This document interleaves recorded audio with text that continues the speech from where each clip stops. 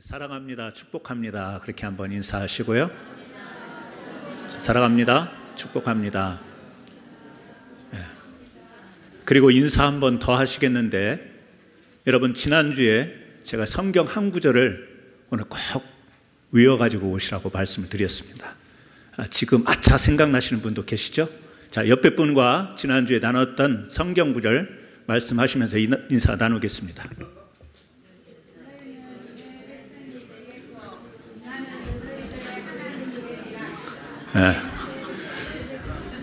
여러분, 제가 여기에 서면 여러분이 잘 안 보여서 이렇게 새로 오신 분도 소개할 때 제가 실수하고 그러잖아요.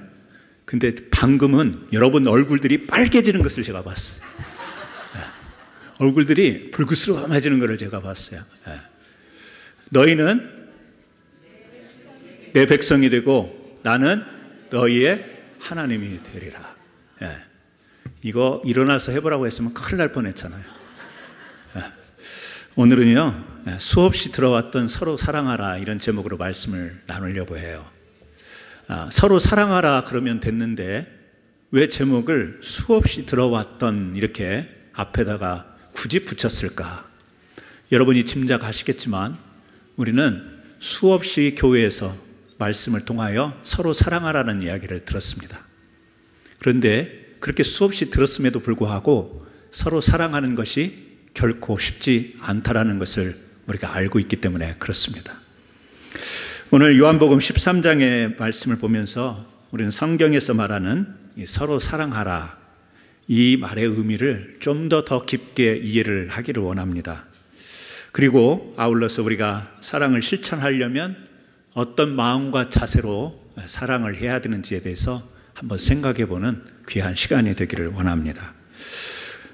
예수님께서는 오늘 말씀 가운데에 이 서로 사랑하라라는 말씀을 새 계명으로 소개를 합니다. 새 계명을 너희에게 주노니. 그런데 우리가 알다시피 이미 구약에서도 레위기서에서도 이 사랑하라라는 말씀은 구약에서도 이미 주어졌던 말씀이에요. 그리고 잘 아는 것처럼 또 신약에서 마태복음 22장에서도 그 구약을 인용해서 사랑을 말씀을 합니다. 그러면 요한복음 13장에서는 이렇게 말씀할 수 있지 않겠어요? 내가 전에 이야기했듯이 구약에서 말했듯이 이렇게 전에 언급했던 내용이 다른 것은 아니니까 그렇게 말씀할 수 있는데도 불구하고 왜 새 계명이라고 그렇게 이야기를 하셨겠는가? 여러분, 로마서를 보면 우리가 율법이 어떤 것인지에 대해서 우리에게 조금 간단하게 정리를 해줘요. 율법이라고 하는 것은 우리의 죄를 깨닫게 하시는 기능이 있다, 이렇게 이야기를 하죠. 율법을 잘 지켜야 됩니다. 하지만 그 율법을 잘 지키지 못합니다. 그럴 때 우리가 이렇게 계명을 잘 지킬 수 없음, 이것을 고백하게 되고 깨닫게 되는 것이 율법의 기능이라는 거예요. 그렇다고 한다면 이제 새 계명이 아닌 전에 구약에서 주어졌던 옛 계명으로서의 사랑은 어떤 의미가 있을까라고 할 때 이런 율법적인 개념으로 이야기하면 하나님께서 사랑하라고 하지만 우리 사람들이 사랑을 잘 하지를 못하는 거죠.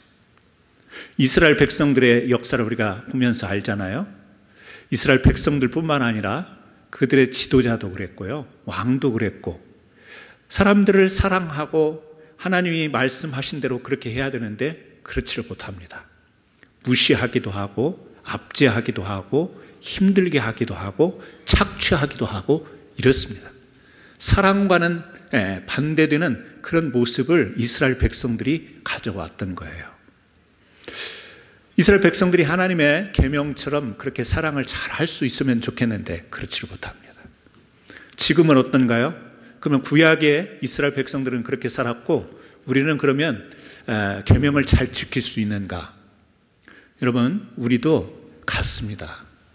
분명히 사랑하라는 계명을 우리가 말씀에서 보지만 이 사랑을 우리가 제대로 하지를 못한다는 데 문제가 있는 거예요.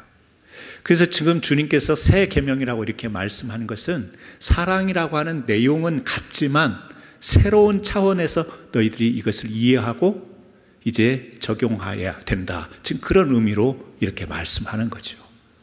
그러면 새로운 차원이라는 건 뭘까요? 주님이 그런 말씀을 하시지 않습니까? 내가 너희를 사랑한 것처럼 너희가 서로 사랑하라 라는 거예요. 내가 너희를 사랑한 것, 그것은 뭐냐면 자신을 내어준 겁니다. 그래서 십자가에 죽으셔서 구속하시고 우리를 구원의 길로 인도하셨잖아요. 내가 너희를 사랑한 것 같이 너희도 서로 사랑하라 라고 하는 것은 사랑받을 수 없는 존재입니다. 우리가 사실 우리가 사랑받을 수 없는 존재인데 하나님께서 주님을 통하여 우리를 사랑 가운데로 이끄셨어요. 죄 가운데서 이 죄를 씻을 방법이 없는데 하나님께서 예수님을 통하여서 우리를 하나님의 품으로 이끄셔서 자녀 삼으시고 백성 삼으셨어요. 그것을 우리가 뭐라고 이야기하냐면 은혜다 이렇게 이야기를 하죠. 그러니까 구약에는 죄를 이 사랑하지 못하는 것을 자각하는 이런 의미가 있다면 이제 새 계명으로는 어떤 의미가 있냐면 사랑이라는 것은 하나님의 은혜, 이 은혜를 통해서 가능한 것이다. 이것을 우리로 하여금 깨닫게 하시는 말씀인 거죠. 여러분 그렇습니다. 사랑이라고 하는 것이 우리가 서로 사랑하라 얼마나 구호도 또 말로도 또 그리고 또 직접 행동으로도 하게 하지만 굉장히 우리에게는 제한적이에요. 그런데 오늘 주님께서 새 계명이라고 하는 것은 이 사랑하는 것은 결국에는 은혜가 주어져야 가능한 것이다. 지금 그런 말씀을 하는 겁니다. 오늘 세 개에 관련된 성경 구절을 함께 보려고 해요. 첫 번째는 에베소서 5장입니다. 에베소서 5장 25절에서 27절인데요.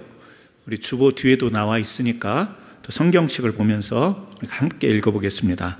남편들아 아내 사랑하기를 그리스도께서 교회를 사랑하시고 위하여 자신을 주신 같이 하라. 이는 곧 물로 씻어 말씀으로 깨끗하게 하사 거룩하게 하시고 자기 앞에 영광스러운 교회로 세우사 티나 주름 잡힌 것이나 이런 것들이 없이 거룩하고 흠이 없게 하려 하십니다. 에베소서에 보면 남편과 아내에 대한 사랑 이야기를 해요. 그런데 그 남편과 아내의 사랑 이야기를 하는 가운데에 그 주님의 그 진리를 거기에서 드러내십니다. 뭐냐면 부부간에 사랑하는 것도 그리스도께서 교회를 사랑하시고 라는 말입니다. 예수님이 교회를 사랑했어요. 교회 공동체뿐만 아니라 교회든 우리 한 사람 한 사람을 사랑을 하셨는데 방법은요 자신을 주셨어요. 그런데 그 사랑의 목적이 뭐냐면 물로 씻어 말씀으로 깨끗하게 하사 거룩하게 하시고 자기 앞에 영광스러운 교회로 세우사라고 이야기를 합니다. 예수님이 이렇게 자신을 내어준 그 사랑은 뭐냐면 우리로 하여금 바로 말씀으로 깨끗해지고 거룩하여 하나님 앞에 영광된 모습으로 서는 것. 그래서 자기 몸을 내어주시는 사랑을 우리에게 베풀어 주신 거예요. 내가 너희를 사랑한 것 같이 너희도 사랑하라는 이야기입니다. 뭐죠?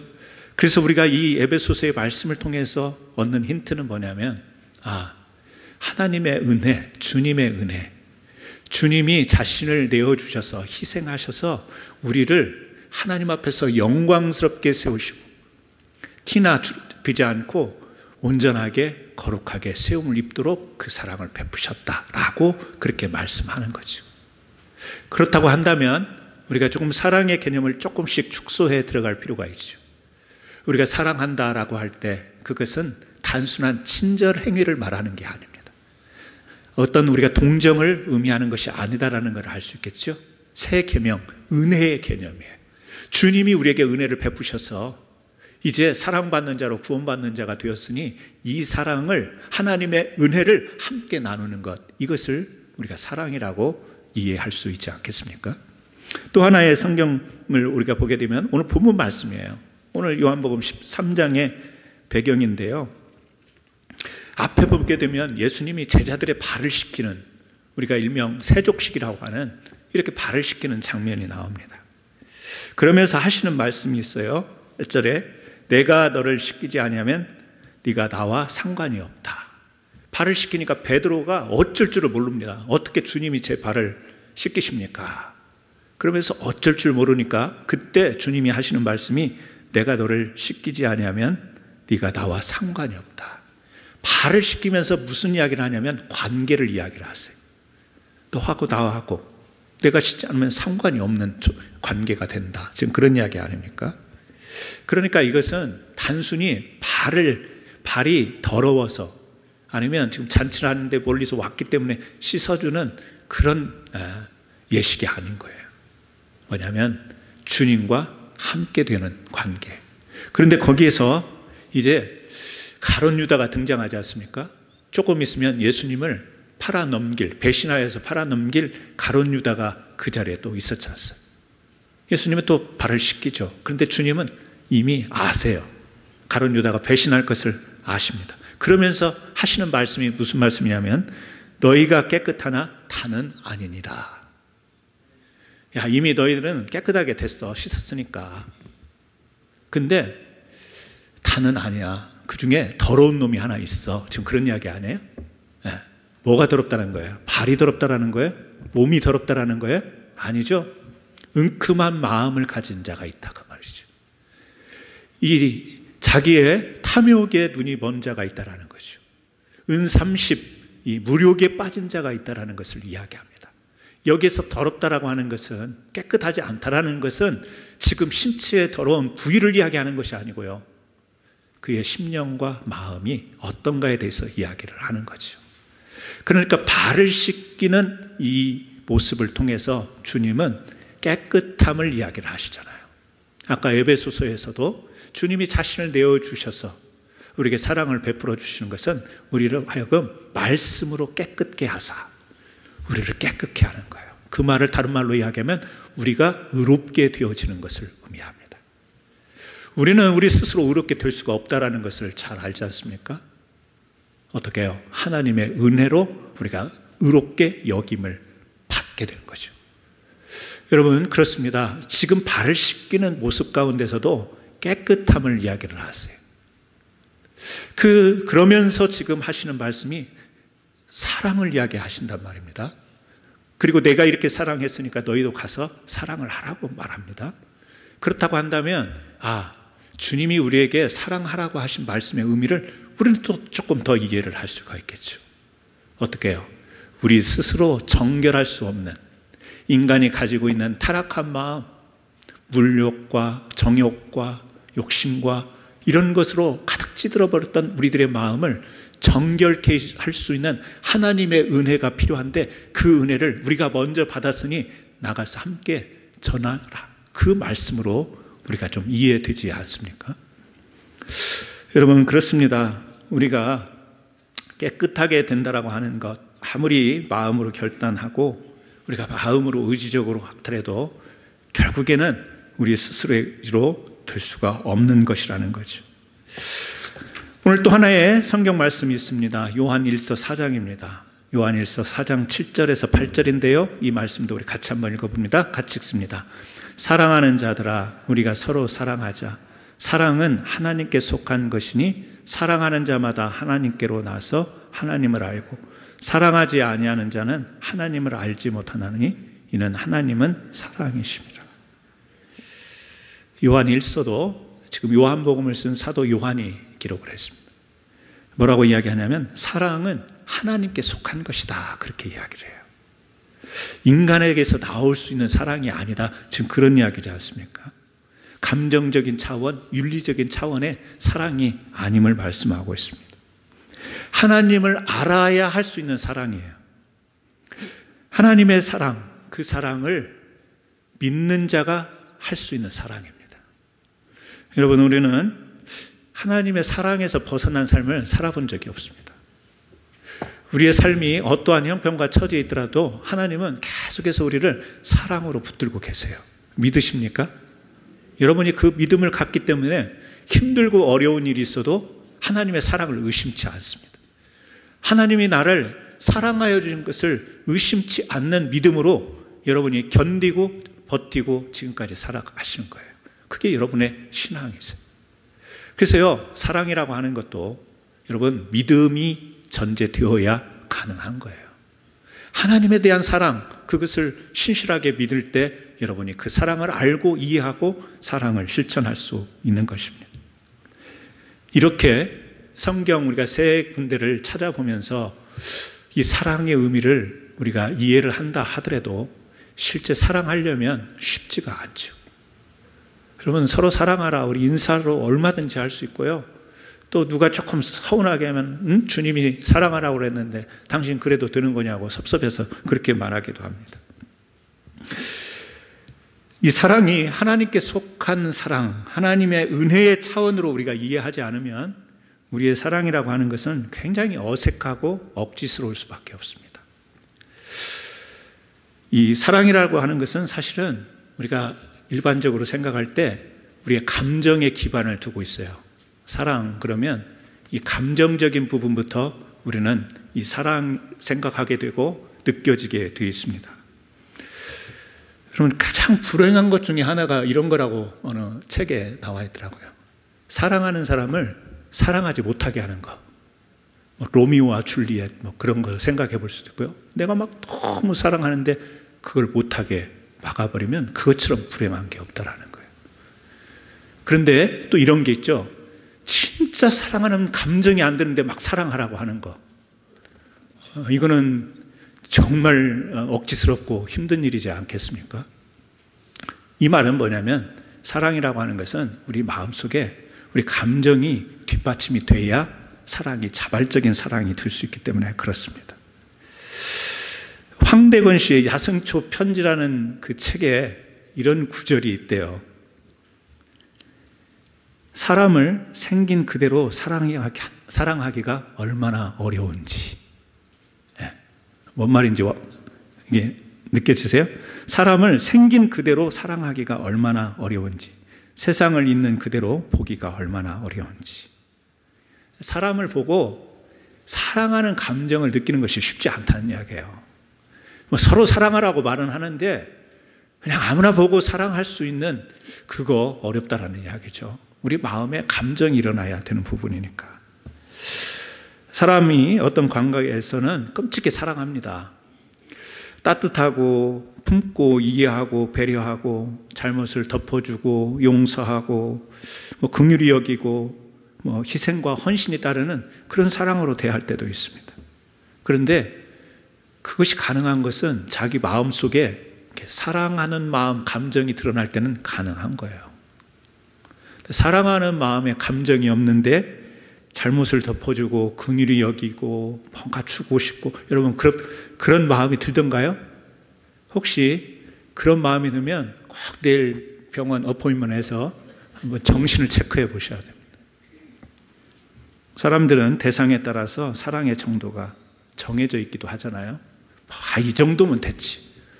이 정도로 베풀면 됐고 이 정도 사랑의 크기면 됐지. 그만하면 됐어. 이렇게 우리가 사랑의 폭도 한정하기도 합니다. 우리가 교회 안에서도 그런 사랑의 한계를 경험해요. 우리가 같은 공동체 안에서 같은 방향과 같은 목적을 가지고 함께 신앙생활을 하는데도 불구하고 대부분의 경우는 나에게 좀 편한 사람들이 있습니다.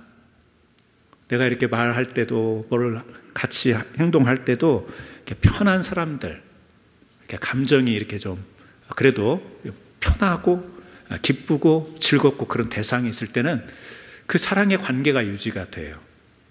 그런데 내가 상대하기 좀 까다로운 사람이 있어요. 어려운 사람이 있습니다. 교회도 그럴 때는 그냥 피하는 게 상책이잖아요. 괜히 그렇게 또 말을 했다가 아니면 조금 오해가 사면 굉장히 또 곤란스러운 일이 있으니까. 그래서 심지어는 우리가 일반적인 사회 속에서도 교회 안에서도 이렇게 우리의 감정이 뒷받침이 되어져야 사랑이라는 말을 꺼낼 수 있고 또 그런 행동을 할 수 있는 거예요. 감정적인 거, 큰 거죠. 또 하나 우리가 윤리적인 부분이 있습니다. 윤리라고 하는 것은 우리 사람이 혼자 살 수가 없잖아요. 누군가와 같이 더불어서 이 사람들이 살아가야 되기 때문에 지키는 도덕적인 거예요.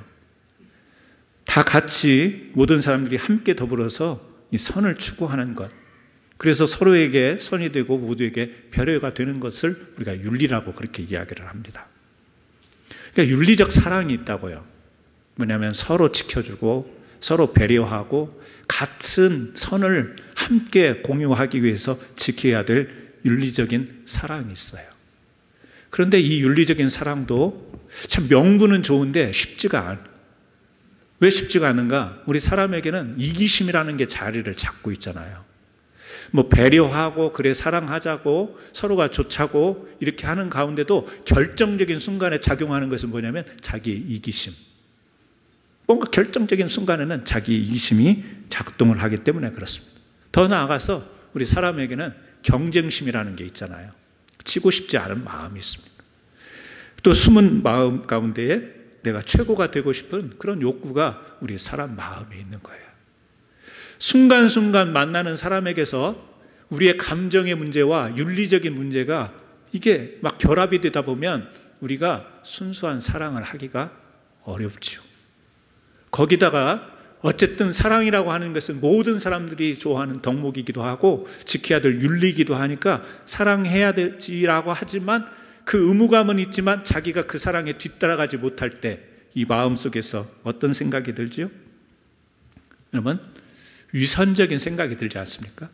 자기를 향해서 위선자라고 지적은 하지 않지만 내 마음과 행동이 달라요. 마음속에서는 사랑할 마음이 이만큼도 없는데 겉으로는 사랑하는 척을 해야 돼요. 왜? 사람들이 보고 있으니까. 사회가 그것을 덕목으로 알고 있으니까. 윤리적으로 그래야 되는데 감정이 따라가지 않고 이기심이 발동하고 또요 경쟁심이 발동하다 보니까 쉽지가 않은 거예요. 러시아의 문어 도스토옙스키가 이런 말을 합니다. 인류를 사랑하기 쉬워도 한 사람을 사랑하기는 어렵다. 저는 우리 성도님들이 다 대단하신 분들이기 때문에 이 말을 이해할 거라고 믿습니다. 인류를 사랑하기 쉬워도 한 사람을 사랑하기는 어렵다라는 이야기예요. 여러분, 이 말이 조금 틀어서 이해를 하면 뭔가 명분은 좋은데 실천하기 어렵다 그런 이야기가 아니겠어요? 인류를 사랑하자. 이슈는 좋고 명분은 좋은데 실제 딱 한 사람을 놓고 사랑하려고 딱 들어가 보면 이게 쉽지가 않은 거예요. 여러분, 제가 말씀을 이렇게 구체적으로 드리지 않더라도 아마 여러분들이 실제 살아가면서 주님이 말씀하셨던 또 구약의 계명으로 말씀하셨던 이웃을 사랑하고 내 몸과 같이 사랑하고 원수를 사랑하고 사랑이라는 소리를 수없이 들어왔는데 실제 내가 그 사랑으로 들어가서 그 사랑을 나누려고 하다 보면 어떤 사랑으로 대해야 될지 어디까지 사랑을 해야 될지 이게요 정리가 잘 안 돼요. 그래서 우리는 감정적인 부분과 더불어서 친절하고 배려하고 관심 갖고 돌보고 무엇을 나눠주고 이것을 우리가 좀 사랑으로 생각을 하는데 그것조차도 쉽지 않잖아요. 그래서 오늘 요한복음을 읽다가 우리가 요한복음을 쭉 가다 보니 새 계명이라고 하는 주님의 말씀 다시 한번 사랑을 언급하시는 이 말씀을 통해서 한번 조금 막연했던 것을 정리하면서 주님이 말씀하시는 참사랑은 무엇인가? 여러분, 주님이 말씀하신 참사랑은 첫째 하나님께 속한 것이다. 그것은 우리의 힘 가지고 할 수 있는 사랑이 아니다. 우리가 가지고 있는 사랑이라는 개념은 늘 감정에 치우치는 거예요. 내 기분에 치우치게 되고 또 사람들의 그 눈을 의식하면서 윤리적인 것에 맞추려고 하는데 그 실제로 따라가지 마음과 몸이 맞지 않는 따라가지 못하는 사랑을 가지고 어떤 때는 내 마음이 동하면 좀 그렇게 했다가 또 내 마음이 불편하고 감정이 상하고 기분이 안 좋을 때는 그런 것이 없고 여러분 주님이 말씀하시는 새 계명의 사랑은 그런 게 아니라는 거죠. 하나님께 속한 거예요. 그래서 하나님께 속했다라는 말의 핵심은 뭐냐면 하나님의 은혜로 가능한 사랑이라는 거예요. 하나님이 우리에게 은혜를 주셔서 우리 마음을 우리의 감정을 타치해 주시면 나에게 힘들게 하는 사람도 우리가 사랑할 수 있는 감정이 일어날 줄로 믿습니다. 왜요? 하나님이 은혜를 주시면 가능한 거예요. 하나님이 우리에게 은혜를 주시면 윤리적인 부분 내가 명분 앞세우고 식사하고 이게 맞지가 않는데 하나님께서 우리에게 은혜를 주시면 윤리에 맞는 우리가요, 양보도 할 수 있고 희생도 할 수 있고 헌신도 할 수 있는 그런 윤리적인 사랑을 우리가 할 수 있게 되는 줄로 믿습니다. 하나님이 은혜를 주시면, 하나님이 은혜를 주시면 내가 발벗고 나서서 이 사랑이 필요한 곳에서 뛰어나가 그 적극적으로 찾아가는, 그리고 사랑의 대상을 찾아가는 이런 사랑을 할 수 있는 줄로 믿습니다. 여러분이 오늘 이것을 지식으로 정리하지 마시고 주의 성령께서 여러분의 마음을 주장하기를 원합니다. 사랑의 소리는 많지만 진정한 사랑을 찾아보기가 어려운 시대이기 때문에 그렇습니다. 사랑이 친절로 둔갑해 버렸습니다. 나이스한 걸로 둔갑을 해버렸습니다. 그게 사랑이 아니고 하나님의 은혜로 우리가 사랑받을 수 없는 우리가, 죄인 됐던 우리가 하나님의 영광에 참여할 수 있는 하나님의 구원의 백성이 된 이 사랑을 우리가 나눠야 되겠습니다. 그 사랑을 나눠야 되는데 우리의 감정을 따라가면, 윤리를 따라가면, 조건을 따라가면 이 사랑 못한다라는 거예요. 그래서 우리가 해야 될 것은 뭐냐면 하나님께 은혜를 구해야 되는 거예요. 하나님 아시지 않습니까? 내가 내성적인 거 아시지 않습니까? 하나님 누구에게 처음 만나는 사람한테도 내가 먼저 말을 건네지도 못하고 어색하고 그런 내가 어떻게 사랑까지 내가 이렇게 베풀면서 갈 수 있겠습니까? 뭐죠? 우리의 현실을 아뢰죠, 고백하죠. 그러나 하나님이 사랑받을 수 없는 나를 사랑하여 주신 주님의 십자가 은혜로 나를 이렇게 사랑해 주셨는데 그 은혜를 생각하면 하나님 내 감정과 마음 가운데 은혜를 주시면 내가 어려울지라도 할 줄 믿습니다. 그러니 은혜 주옵소서라고 은혜를 구할 수 있는 저와 여러분 되기를 주님의 이름으로 축원합니다. 어제 오전에 여러분 데이르 형제 아시죠? 이제 집사님 되셨어요. 우리 멕시코 형제님. 우리 전에 있던 교회 때 교회 나와서 세례 받고 성가대도 했던 형제. 지금 3, 4년이 지났는데 텍사스에 있는데 어제 카톡이 왔습니다. 가끔 이렇게 안부를 전하고 하는데 이 형제가 지금 2, 3년 전으로 기억하는데 한번 전화 상담을 한 적이 있어요.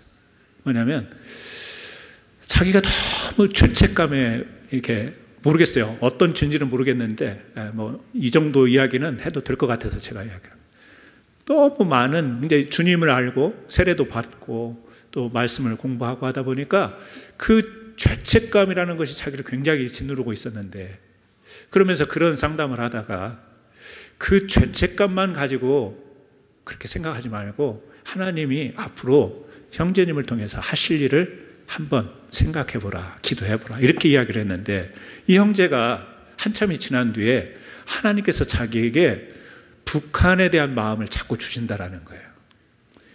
북한 선교에 대한 마음을 주신다라는 거예요. 그래서 이제 또 이렇게 뜨거울 때는 그런 마음이 생기잖아요. 그래서 그냥 인간적인 생각으로는 뜨거우니까 북한 선교가 쉬운 일도 아니고 또 형제가 처한 상황이 그렇게 지금 선교를 당장 먹고 사는 거에도 집중해야 될 텐데 그랬는데요. 이게 계속 이어지는 거예요. 그러면서 계속 연락이 오는데 북한 선교를 하려는데 자기가 아무것도 모르니 좀 누군가 연결을 시켜달라고.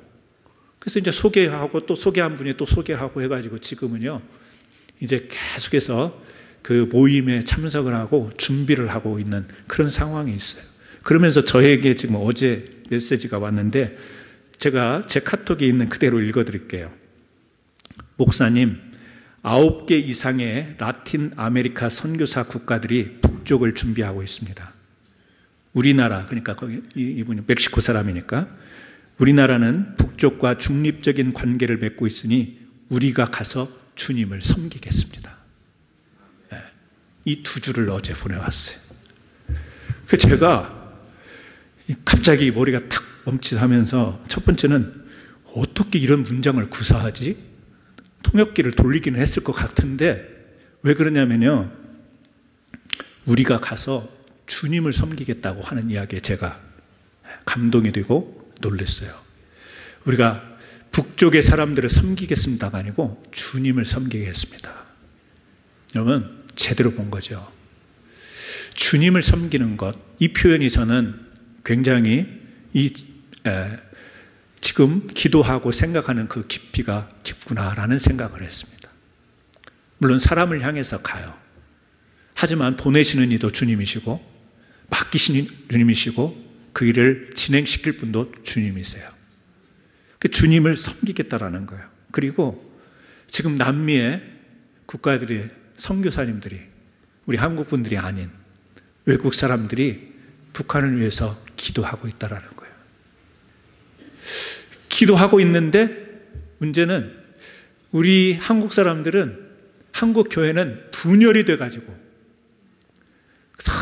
그냥 자기네들 교회 안에서 분열이 돼가지고 이렇게 교회들이 어렵게, 물론 선교도 많이 하고 잘하기도 하지만, 그런데요, 한쪽에서는요, 이 라틴 아메리카 9개 선교 국가가 북쪽을 준비하고 있습니다. 여러분, 그분들이 언제 북쪽의 사람들을 봤다고? 그들이 조그만 한반도에 이렇게 반토막 난 나라를 그들이 얼마나 잘 알아서. 그런데 하나님이 그들의 마음에 감동을 주신 거 아니겠어요? 하나님이 그들의 마음을 움직여 주신 거 아니겠어요? 들어갈 수도 없고 갈 수도 없는 곳인데 지금 준비하고 있대요. 그리고 가면 주님을 섬기겠다라고 이렇게 이야기를 전해와요.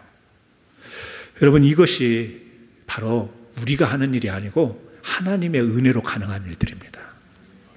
선교 아무나 하는 거 아니죠. 전도 아무나 하는 거 아니죠. 인도 이거 아무나 하는 거 아니에요. 주님이 우리의 마음에 감동을 주셔서 감정도 일어나야 되고 또 모든 객관적인 것과 상황과 인식과 이런 것들을 다 분별하면서 기꺼이 자신을 주님을 섬기겠다고 나설 때 우리가 진정한 사랑을 할 수 있는 것 아니겠어요? 우리 사랑하는 성도 여러분, 우리가 서로 사랑하자니까 쌍방 안에 사랑하자 이런 개념으로 이해를 할 수 있는데요, 서로라는 말은 쌍방이라는 말보다는 어떤 상대를 향해서라는 말이에요. 그러니까 그냥 나 혼자 있으면 할 필요가 없는 일이지만 상대가 있다면, 아직도 주님의 사랑을 필요로 하고 아직도 주님의 사랑 굶주려 있는 사람이 있다면 우리가 그들을 향해서 나가야 되는데 내 의지 가지고 안 된다니까요. 내가 가지고 있는 거 내 조건 가지고 안 된다니까요. 주님이 은혜를 주셔야 되고 주님이 마음을 주셔야 되고 주님이 허락을 해 주셔야 되는 거예요. 그래서 저는 첫째, 여러분들이 서로 사랑하라는 말에 부담 갖지 말라. 아유, 캔사스 한인장로교회는 사랑이 많네 없네, 이제 이 말의 의미를 여러분들이 바꿔주셔야 돼요. 그죠? 왔더니 나한테 친절하지 않으면 그 교회 사랑이 없는 거야. 맞아요? 틀려요? 왔더니 남성교회 여성교회 회장이 째려보는 거야. 사랑이 없어. 차별하는 것 같아. 그게 사랑이 아닌 거예요. 사랑은요, 보다 심각한 거예요. 사랑은요, 고민스러운 거예요. 여러분, 우리가 신앙생활을 기쁘고 즐겁게 해야 됩니다. 하지만 고민하지 말라는 말이 아니에요.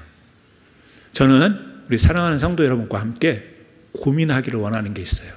그게 뭐냐면 우리가 누구를 향해서 어떻게 사랑할 것인가. 이것은 우리가 같이 기도하면서 고민해야 될 내용인 줄로 믿습니다. 해외 선교가 됐든 로컬 선교가 됐든 구제가 됐든 좀 베품과 돌봄이 됐든 커뮤니티를 위하든 하나님이 우리에게 은혜를 주셔서 우리 성도님들 마음 가운데에 감동을 주시면 내 성격과 또 그리고 내 의지적으로 힘들고 어려워서 그동안에는 엄두도 못 댔던 일을 뛰어가면서 하게 될 줄로 믿습니다.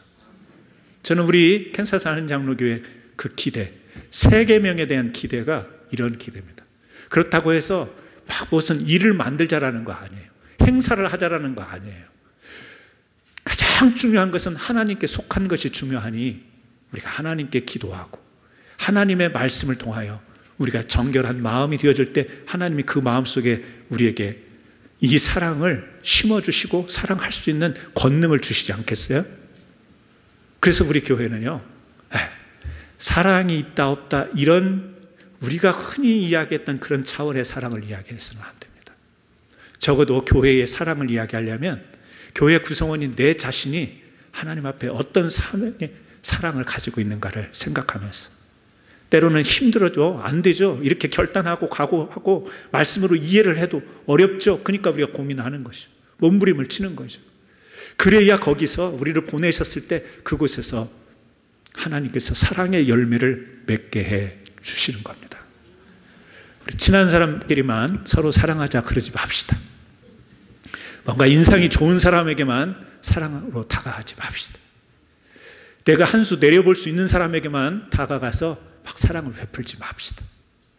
나보다 한참 위에 있는 것 같이 보이는 사람도, 나보다 한참 아래에 있는 것 같은 사람에게도, 뭔가 저 사람을 이용하면 내가 뭔가 얻을 수 있을 것 같은 사람에게도, 털털 털어도 아무것도 안 나올 것 같은 사람에게도 무엇으로 다가가야 되나요? 하나님의 사랑. 저 사람도 하나님 앞에 구원받아야 되고, 저 사람도 천국 가야 되고, 저 사람도 하나님의 은혜 안에서 기쁨을 누려야 하게, 우리가 조건적인 것을 내려놓고 하나님이 주시는 은혜로 나가는 사랑. 캔사스 한인 장로교회 성도님들은 멋지게 사랑할 겁니다. 옆에 분들하고 확인합시다. 멋지게 사랑할 거죠? 물어보세요.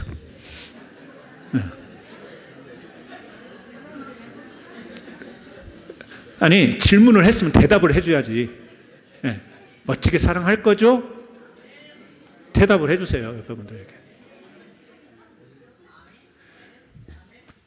앞에 서 있는 강 목사는 사랑이 있는 목사예요? 사랑이 없는 목사예요? 예, 기도하겠습니다. 우리 같이 한번 기도해요.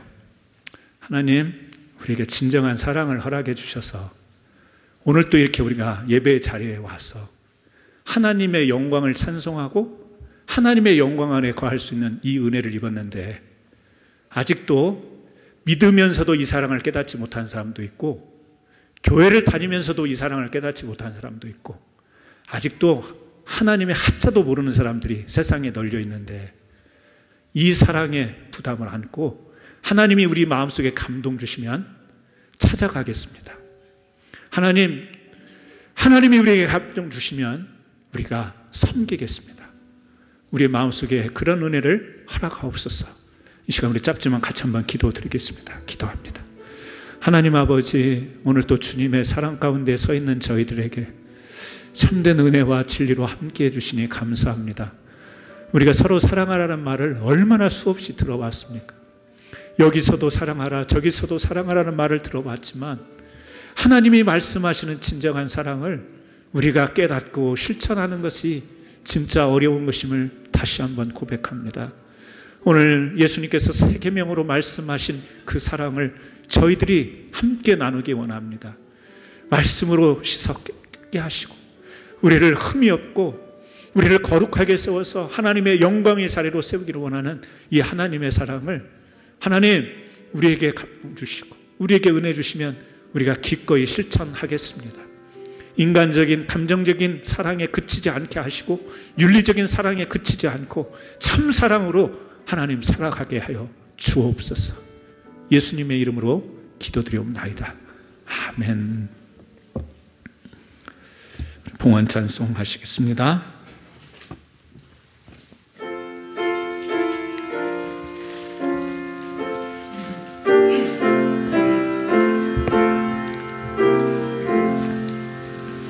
하나님 사랑은 온전한 참 사랑 내 맘에 부어주시사 충만케 하소서. 내 주님 참 사랑 햇빛과 같으니 그 사랑 내게 비추사 뜨겁게 하소서. 그 사랑 앞에는 풍파도 그치며 어두운 밤도 하나님 그 힘이 크도다. 하나님 사랑은 온전한 참사랑